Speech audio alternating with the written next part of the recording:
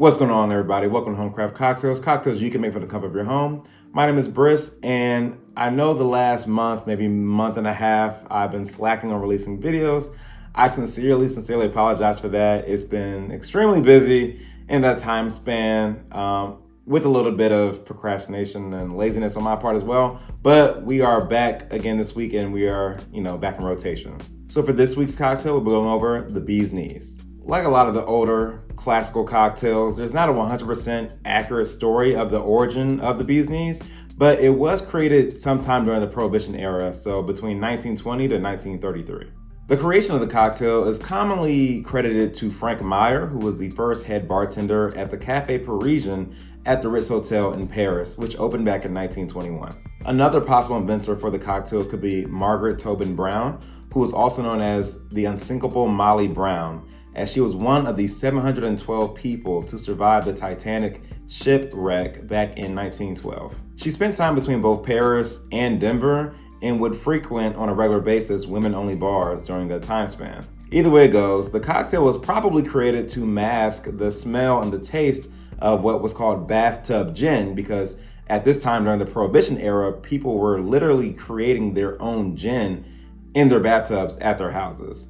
So obviously, the gin was of low quality from, like I said, both a smell and taste standpoint. So the honey and the lemon juice in the cocktail help counteract that. The name bee's knees comes from a popular expression back in the 1920s that means outstanding or the best. Similar phrases back then that you also might have heard before are the cat's meow, the cat's pajamas, the snake's hips, the fox's socks, so on and so forth. You get the idea. With that brief history lesson out of the way, let's get down to actually making the drink. So first things first, we're gonna start off by chilling your cocktail glass by just putting ice in it and filling it with water, and then setting it to the side for now. Next, you're gonna pour 2 ounces of gin into your shaker.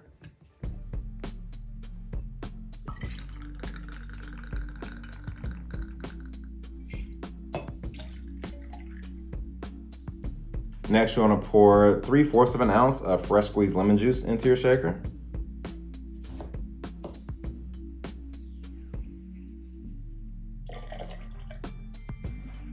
Then you wanna add 1/2 of an ounce of honey syrup to your shaker. And to make honey syrup is very easy. It's just like making simple syrup at home, but exchanging sugar for honey. So you'll want to put a cup of water into a pot and bring it to a boil. Then pour a cup of honey into the pot, and then just stir it and then let it cool, and then you have honey syrup. Very easy, takes about 3 minutes.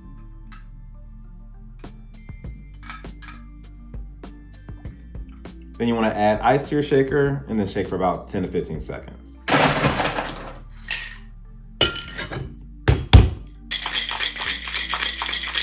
Then you want to dump the ice and water that you've been having sit in your chilled coupe glass. And then you want to strain your shaker into your glass.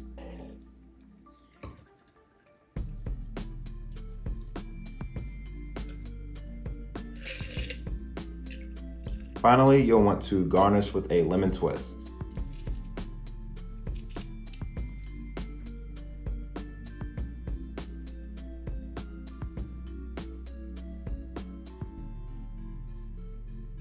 And there we have a bee's knees.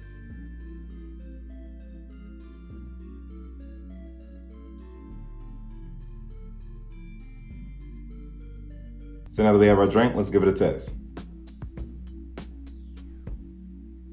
Okay, so it's not bad. I think with this recipe that I use, which only called for 1/2 of an ounce of honey syrup, I think it might need a little bit more, maybe like 3/4 of an ounce, probably. Either that or maybe the honey syrup recipe that I use, which I did a 1-to-1 ratio for the honey syrup. So a cup of water to a cup of honey. Sometimes you can do a richer honey syrup, which would involve, 2 cups of honey to 1 cup of water, or even 3-to-1. I did 1-to-1, so maybe either I should do a 2-to-1 or 3-to-1 honey syrup, or add more honey syrup to this to help balance out the sourness of the lemon juice, because right now the lemon juice is really overpowering it for me. I mean, it's definitely drinkable though. I mean, it's not like it's awful. Just, yeah, it tastes a little too much like gin and lemon juice right now. Hold on, let me see. Let me try something real quick.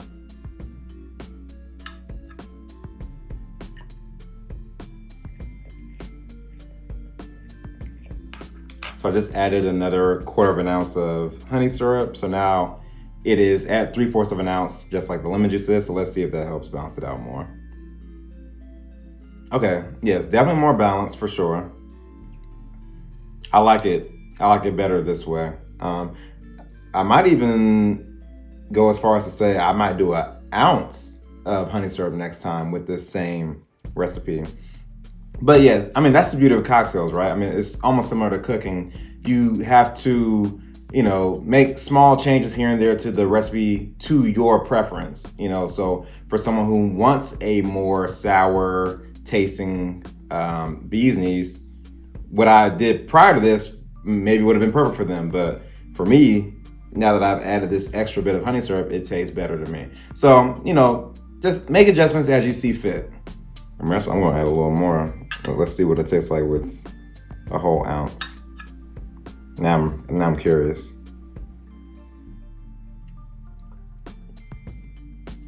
So yeah, see now the honey's starting to come through more. So I might suggest doing 2 ounces of gin, an ounce of honey syrup, and 3/4 of an ounce of lemon juice.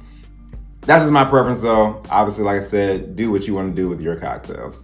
I mean, all in all, you're gonna like this drink especially as long as you tailor it to your preferences. I mean, the combination of sweet and sour is honestly undefeated combination for cocktails. You have the margarita, you have the whiskey sour, the gimlet. I mean, there's dozens and dozens of cocktails that utilize the sweet and sour combo. With that being said, guys, thank you for watching this week's episode, and I'll catch you next week for the next round. Peace.